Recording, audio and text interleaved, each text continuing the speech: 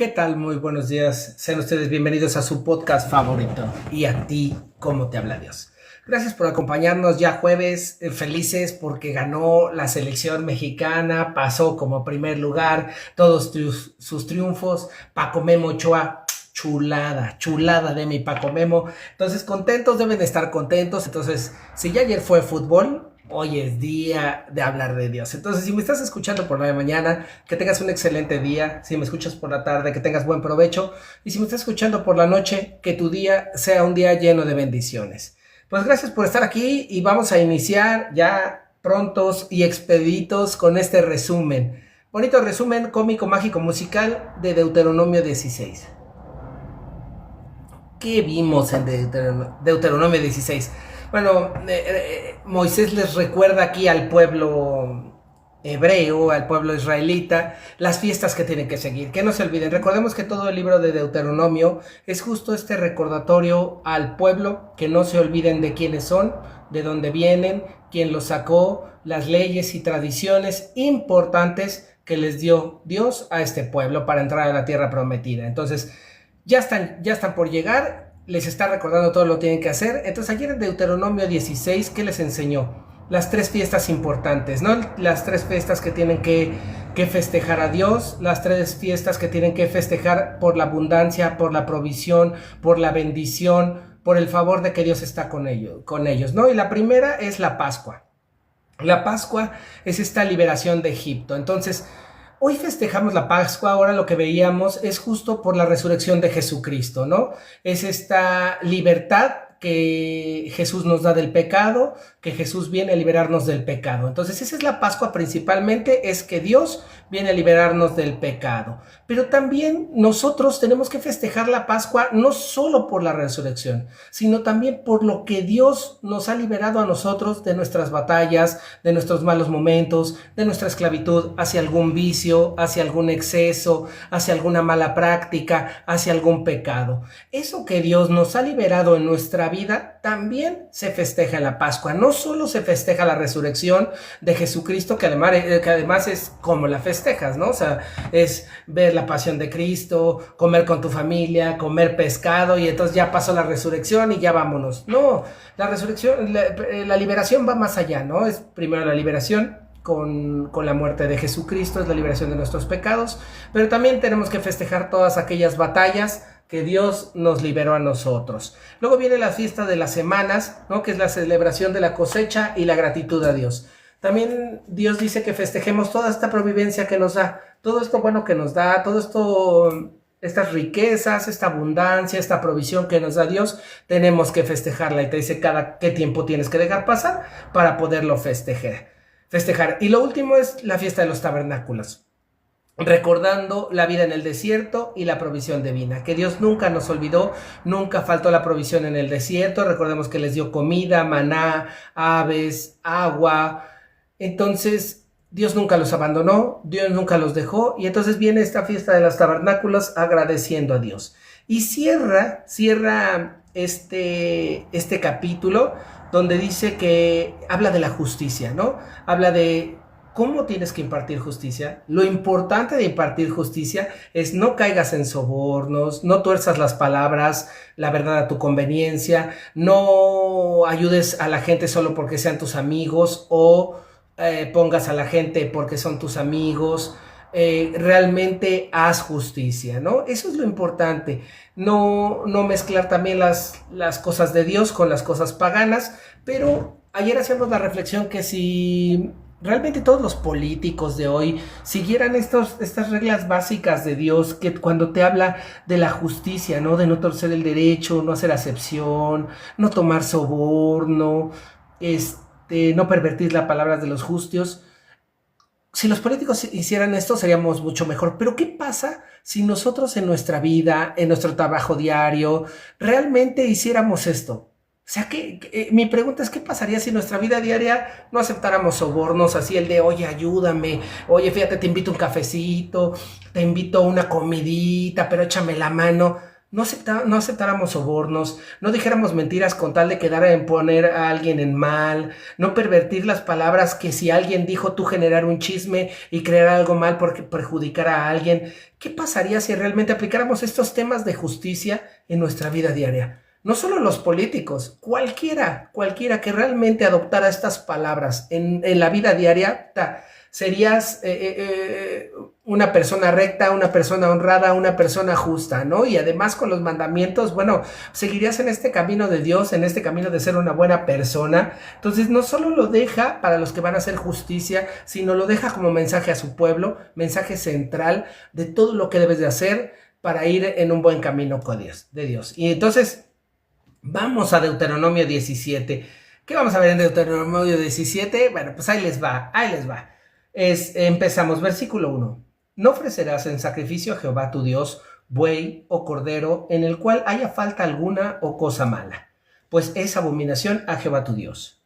Cuando se hallare en medio de ti, en alguna de tus ciudades que Jehová tu Dios te da, hombre o mujer que haya hecho mal ante los ojos de Jehová tu Dios, traspasando su pacto, que hubiere ido y servido a dioses ajenos, y se hubiera inclinado a ellos, ya sea al sol, o a la luna, o a todo el ejército del cielo, lo cual yo he prohibido, y te fuere dado aviso, y después que oyeres hubieres indagado bien, la cosa pareciere de verdad cierta, que tal abominación ha sido hecha en Israel, entonces sacarás a tus puertas al hombre o a la mujer que hubiera hecho esta mala cosa, sea hombre o mujer, y los apedrearás hasta morir.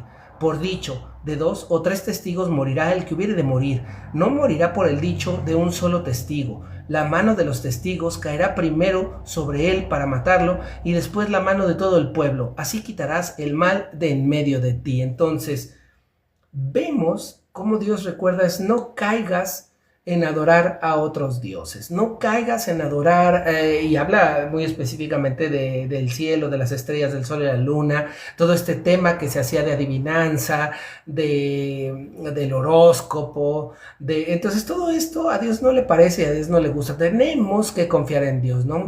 Cuántas veces, y no es que no exista, pero cuántas veces es, otra, déjame ir con Madame Sassou a ver si me dice que esa güera me lo está sonsacando, ¿no? Tú no hagas caso, son rumores, no hagas caso.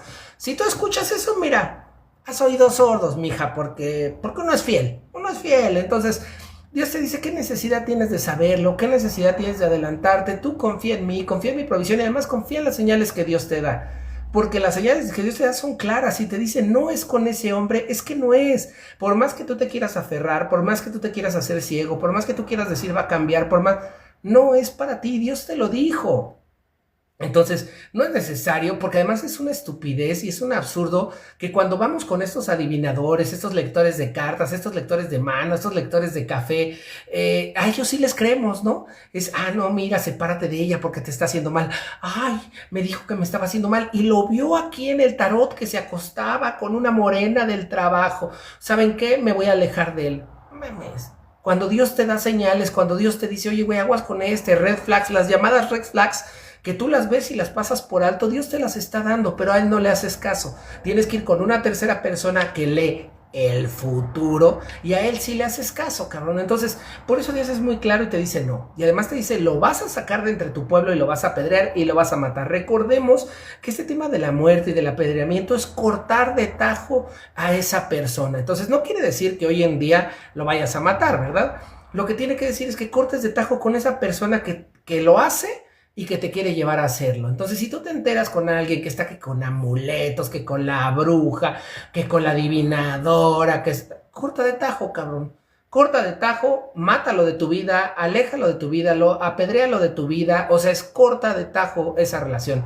Recordemos que hace unos capítulos veíamos que decía, no importa si es tu mamá, si es tu hermano, si es tu hijo, si es tu tío, si es tu primo, no importa si es familia, aléjate de él, cabrón, aléjate, porque lo único que está haciendo es alejarte de las cosas que agradan a Dios. Entonces, todos estos temas de las adivinaciones y todo, pues Dios las tiene muy claras en contra. Y seguimos, iniciaba diciendo que no vas a ofrecer nada malo a Dios, y es lo que decíamos, y Hoy piensas en tu esposa, hoy piensas en tus hijos, o inclusive piensas en ti, ¿no? Y para ti quieres lo mejor, cabrón. O sea, te compras la ropa, aunque sea la de Paca, ¿eh? O sea, si vas con Doña Paca, allá con Sara Bustianguis, que vende ropa muy buena, por cierto, a mí no, conmigo se ha manchado porque me la ha dado muy cara. Che, playera, 100 pesos, ¿no? ¿Tú crees, chiquis? Pero bueno. Tú vas a donde vayas, siempre quieres lo mejor, ¿no? No importa si es de marca, si no es de marca, si es nuevo, si es usado, tú siempre quieres lo mejor para ti, quieres lucir lo mejor, quieres sentirte bien, quieres comer bien, o sea, si para nosotros siempre queremos lo mejor, ¿por qué para Dios no debe de ser así? O sea, quiero que me digan por qué para Dios no debe de ser las mejores cosas, las mejores provisiones, lo mejor de este mundo, si al final si para nosotros lo queremos o para nuestra familia, para mi mamá, para mi esposa, queremos lo mejor, ¿por qué para Dios no puede ser lo mejor? Entonces por eso Dios dice que para Él tienen que ser estas ofrendas de buey o cordero, el cual no tiene falta. Entonces recordemos que todo lo que ofrezcamos a Dios, todo tiene que ser perfecto, tiene que ser de corazón, tiene que ser dinero bien habido, tiene que ser cosas bien habidas, que no tengan nada corrompido, ninguna corrupción. Entonces eso es lo que tiene que ser para Dios, ¿no? Con eso abre y seguimos. Versículo 8. Cuando alguna cosa te fuere difícil en el juicio, entre una clase de homicidio y otra, entre una clase de derecho legal y entre otra clase de herida y otra, en negocios de litigio en ciudades, entonces levantarás y recurrirás al lugar de Jehová escogiere. Y vendrás a los sacerdotes levitas y el juez que hubiera en aquellos días y preguntarás, y ellos te enseñarán la sentencia del juicio.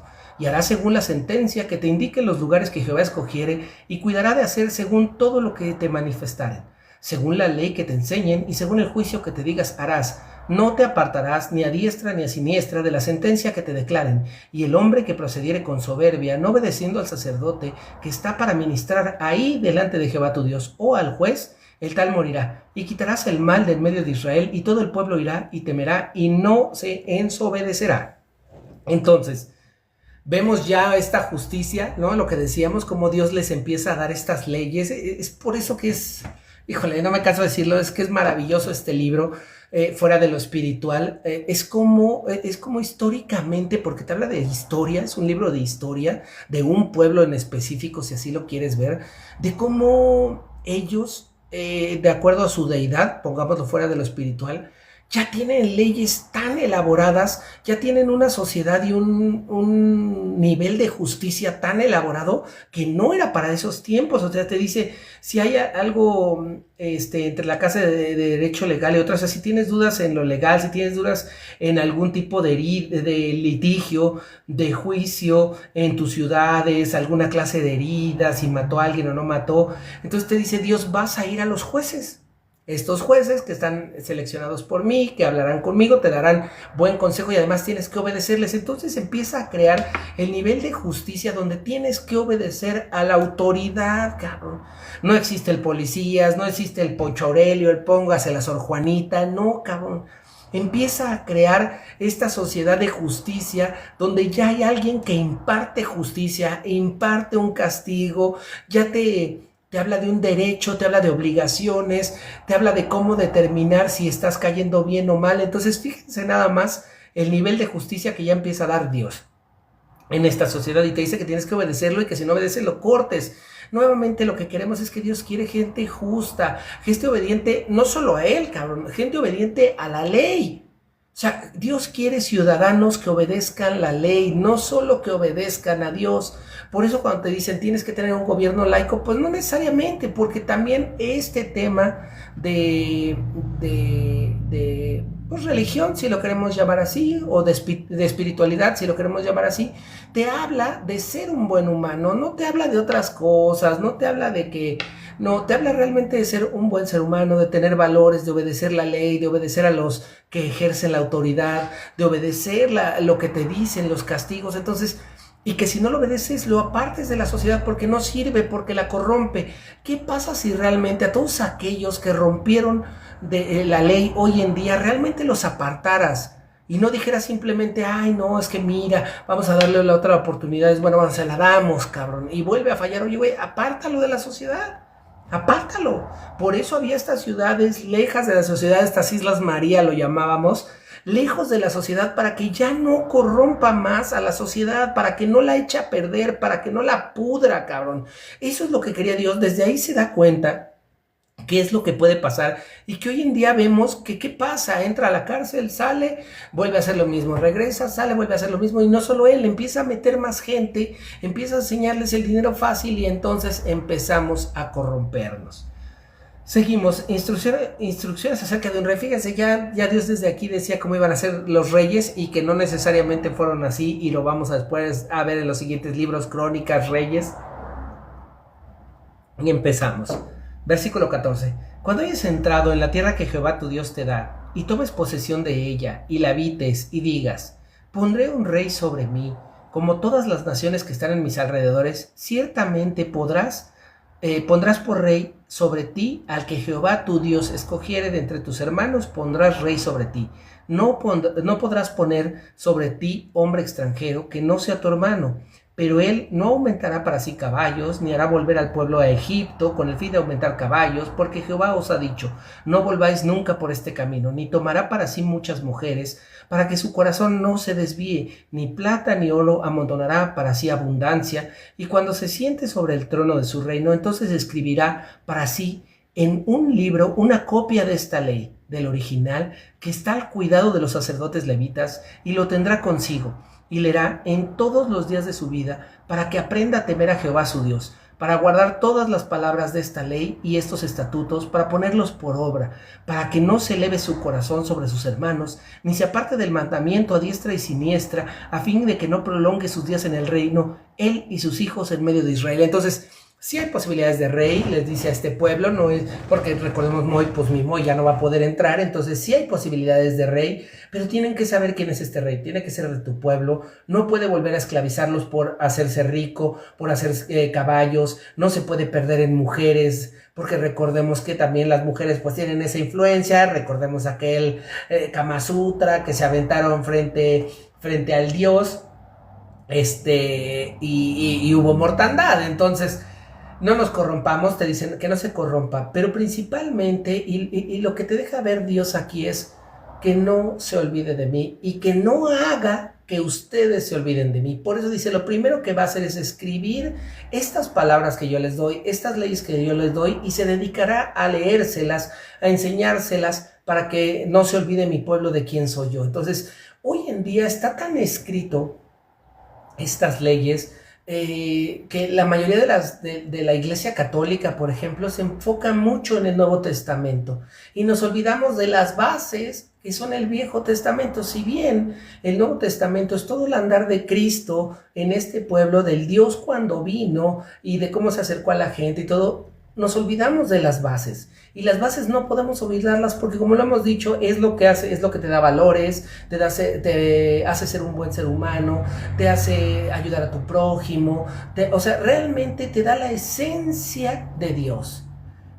El Dios que vino ya es el Dios de acciones, pero este es el Dios que, a pesar de que tuvo acciones, es el Dios que te hace a ver quién eres, es el Dios que te da la forma de actuar, la forma de caminar con Él. Esto es lo que quiere Dios. Esto realmente lo que está escrito aquí, y que no está peleado con lo que vino Dios Cristo encarnado a enseñarnos, ¿no?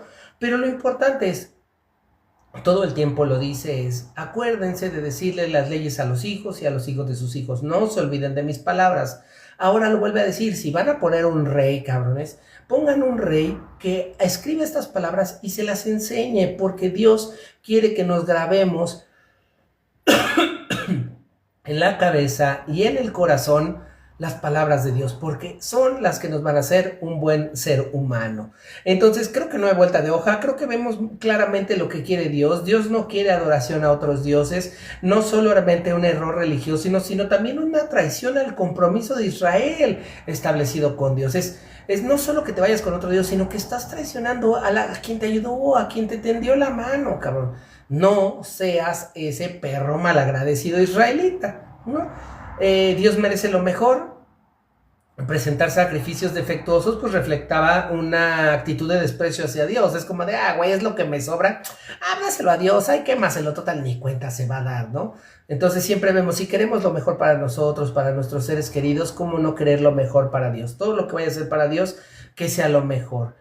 Vemos que también quiere justicia basada en evidencias, ¿no? Lo decía ahí, no solo porque te vengan a contar, también comprueba, cabrón. Entonces, dejémonos de chismes, no porque alguien te diga, oye, fíjate que fulanita dijo esto de ti, hija de la chingada, me la voy a ir a madrear. No, averigua, investiga, y entonces si te das cuenta, hay que impartir justicia. Entonces Dios empieza a hacer esta ley basada no solo en habladuría, sino que realmente se tenía que comprobar lo que se hacía, y una vez que tenías la verdad absoluta, entonces se hacía la justicia.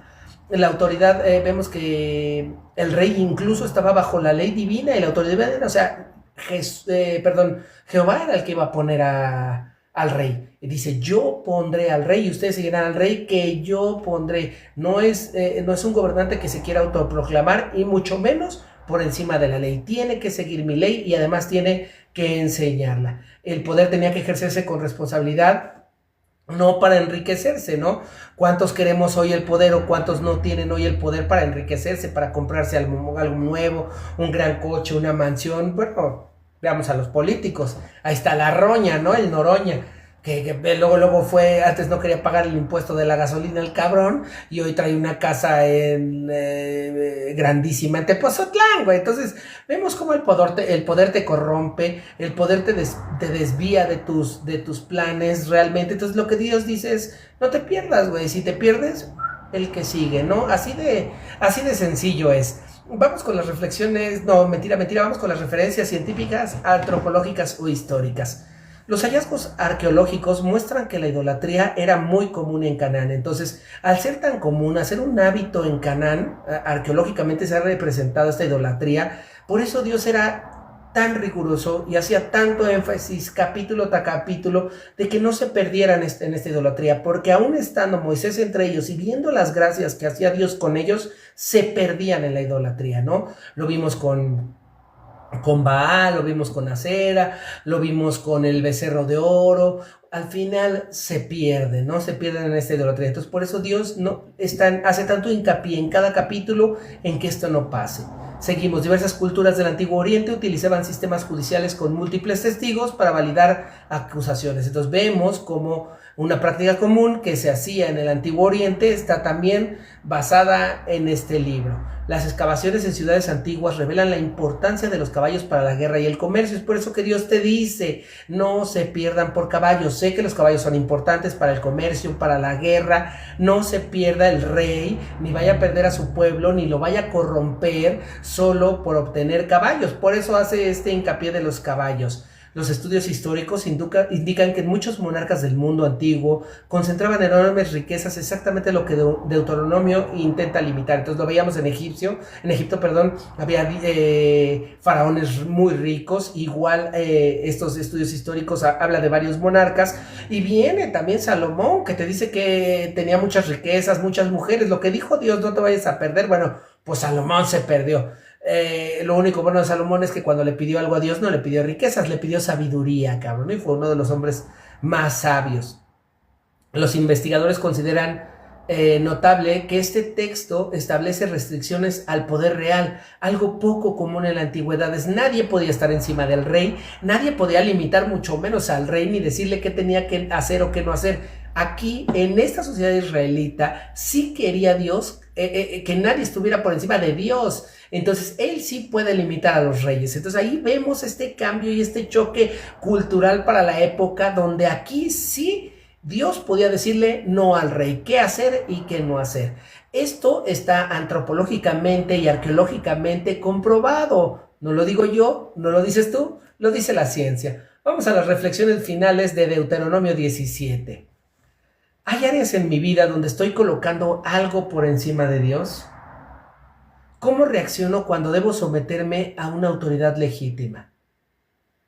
¿Uso mi influencia para servir a otros o para beneficiarme a mí mismo? Pues muchas gracias. Hemos ya llegado al final de nuestro capítulo. De verdad, muchas gracias por acompañarnos. Recuerden, estamos en todas las redes, TikTok, Facebook, Instagram, Spotify, Y a ti, ¿cómo te habla Dios? Este capítulo se graba para Spotify, se graba para YouTube. De verdad, muchísimas gracias por acompañarnos. Me despido de ustedes diciendo, es tan fácil creer en Dios y seguir sus mandamientos, que si al final del camino Dios no existe, no pasa nada, porque en esta vida, la única vida que tienes, habrá sido un excelente ser humano. Pero si tú crees en Dios y sigues sus mandamientos y al final del camino Dios sí existe, lo habrás ganado todo, porque vas a estar una eternidad en su presencia. Pero si tú no crees en Dios y no sigues sus mandamientos y al final del camino Dios sí existe, lo habrás perdido absolutamente todo. Se despide de ustedes Cristian Castillo. Que tengan un excelente día. Adiós.